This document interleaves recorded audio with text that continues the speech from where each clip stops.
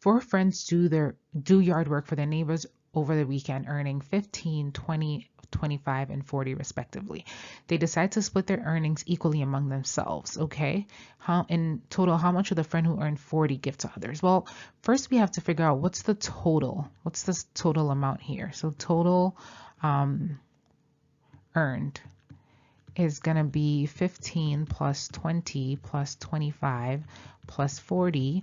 And so that gives us 15 plus 25 is 40, plus 40 is 80, plus 20, 100. So they earned $100. Now it says that they're dividing them equally, and there's four of them. So equal division, that's going to give us 100 divided by 4, right? Because each person will get the same amount. So that gives each person $25. Okay, well, if that means if each person is supposed to get $25, the person who earned 40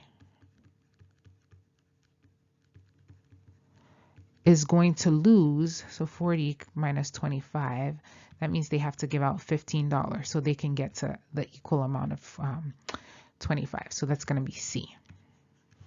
Okay.